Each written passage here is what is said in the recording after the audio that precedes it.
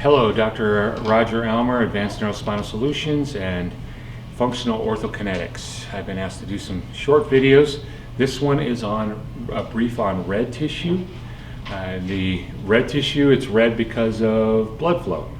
And so we're talking about muscles. White tissue is white because it doesn't have as much blood flow. And so the red tissue that we're going to talk about, though, is not the kind that everybody else talks about, the kind that personal trainers talk about, physical therapists, physiatrists, chiropractors that give out exercises, and that they're talking about type 2 fast twitch basic voluntary muscle fibers. And I'm not saying that, I'm not diminishing their importance and their need, but we do the involuntary muscle system. The red tissue that we work with is the type 1 slow twitch postural muscle fibers. They have a completely different character. They are, if you were to compare them, white meat and dark meat, they are the dark meat. In a duck, it's going to be in the chest because they fly. In a chicken, they're going to be in the thighs and legs because they hold themselves up. They don't beat their wings nearly as often. They don't have to go south or north. And so that's how it is.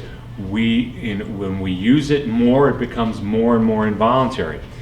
Also, it's really important to understand that the farther in we go to the center, the more involuntary things become from a neurological and from a muscle point of view, from a red tissue point of view. The closer we get to the spine, the more it approaches 100%. The muscles that are around the spine we tend to call rotators. We talked about that briefly in coupled motion, the video on coupled motion, but the muscles do not rotate the spine. They stabilize it, and they do the opposite. We're going to talk about that when we talk about the extrapyramidal nervous system. They do the opposite. If I'm going to extend my back, that's a voluntary activity. But an involuntary activity would be those same muscles, when they're operating in an involuntary way, they are working as anti-flexors. And so when we put a weight on the forehead and the head comes back, it's not technically an extension. It's an anti-flexion tone. We're increasing the anti-flexion tone, which shortens those muscles, and the head moves back.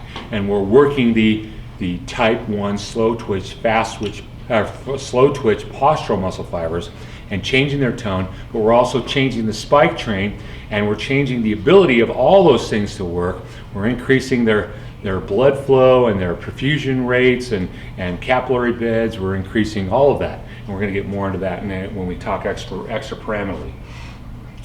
But when we talk about the red tissue itself, we are engaging the involuntary nervous system, or we're not structurally correcting it. Because the system that makes posture happen and gait and all that is involuntary. The underlying strength and stability of that system is based on involuntary processes. Thanks.